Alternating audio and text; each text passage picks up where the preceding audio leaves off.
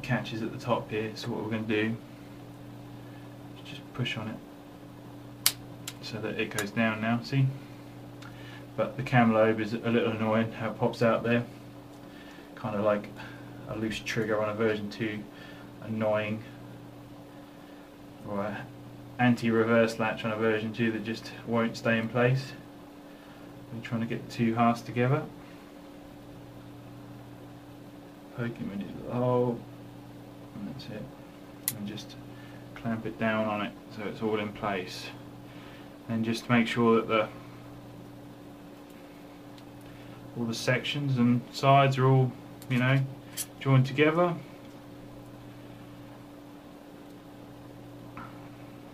Yeah, once it's all on together like that, then obviously take your screws,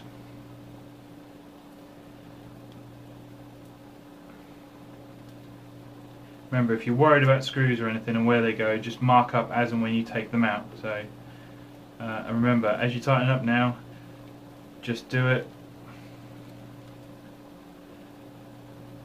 for a little bit.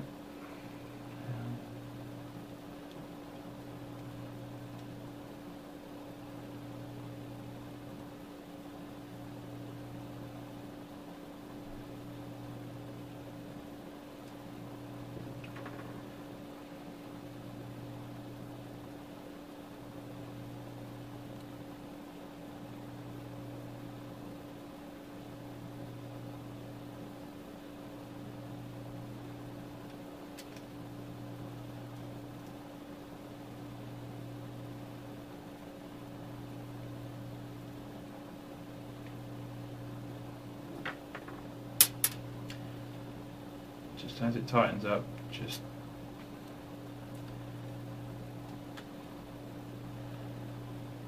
tighten it so it just nips tight. Nothing, you don't need to do it up any more than that.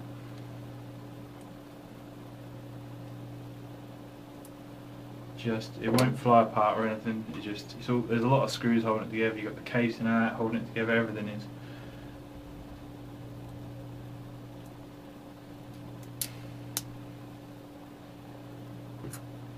Which one's T5? Tighten them up. The Phillips ones go in here.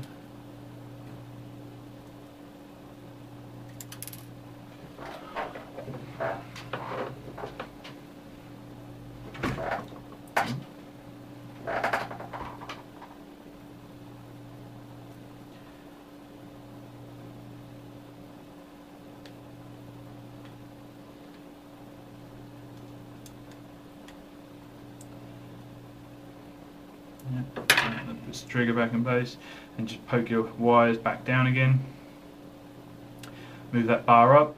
So now we've got all this in place. Now if you want to, you can do a quick test now using your fingers. It shouldn't be any more, it shouldn't be so tight that you can't just use your thumb here to wind this back gear back. Just use the anti-reverse latch to catch it at each turn. Click and click and click. See how it's winding around there? Until it fires. And you can do that with your hand. It shouldn't be any harder than your hand. And if it obviously doesn't fire doing that, then you know for a fact that something's wrong somewhere. But if it, you know, any AEG should be able to be turned with your hand. Anything harder than that, and then the gear, the motor certainly wouldn't be able to cope with it. Move the little bar up like that, guide the wires, pass it back up into the handle again, make sure nothing catches, and just push it up so that the motor's there now. Then what we want to do is line up those holes that we had earlier, and then get the bars for the gearbox alignment and poke them through the holes. You can try holding it up to the light so you can see whether it's lined up or not. Bang them in place.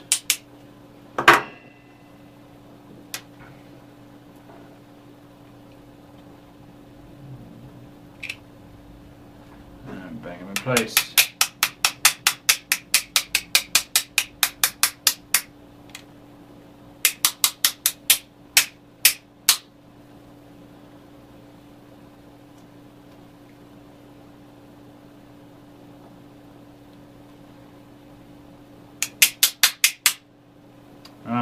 once they're flush.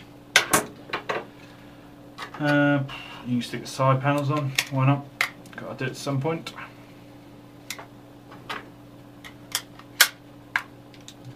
Click them in place. That holds them nice and snug. Then do the bottom section, which is obviously the end cap goes on. Poke the bar through the end, like so. Make sure it's flush. Don't want anything coming off in the field. And take your 2 little countersunks, put them in there. Phillips. And then remember, don't massively tighten up anything on this. There's no real vibrations going on here, not like the sock mod. So you don't want to round off any, you know, mess up the threads on any holes or anything like that. Then what we're going to do is hit the annoying balancing thing going on between them, trying to drop this hammer section back in, and obviously the other parts and the dangly thing. So what we'll do, we'll poke the air nozzle back in here. You can try putting a bit of just like cylinder grease on there, or just to basically sort of lube that up and provide a better seal, because it's obviously another point where potential air loss is going to happen. Right, once it's in place, hold it back like that. What I like to do is tip up the latch there, and then the latch has to go there, between there and there, okay? So you want to balance it, get it in place first, which is there, so in between the two, and then just lower it while holding back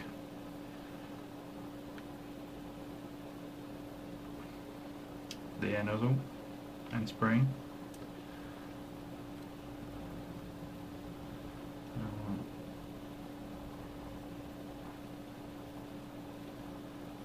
There we go, it just slots in place.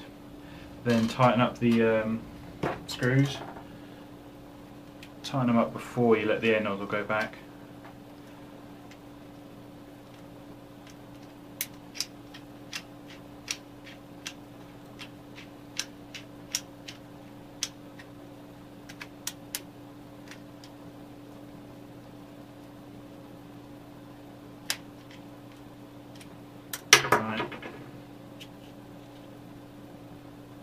And then just let the air nozzle go. That will click onto there. Now obviously that adjuster there for the select floater there is alright. Then what you want to do is poke this bar, obviously remembering not to lose the spring like I have, back through that, and then just drop it down the side there, okay, so it gets onto the trigger like so. And obviously at the back here you'll see how it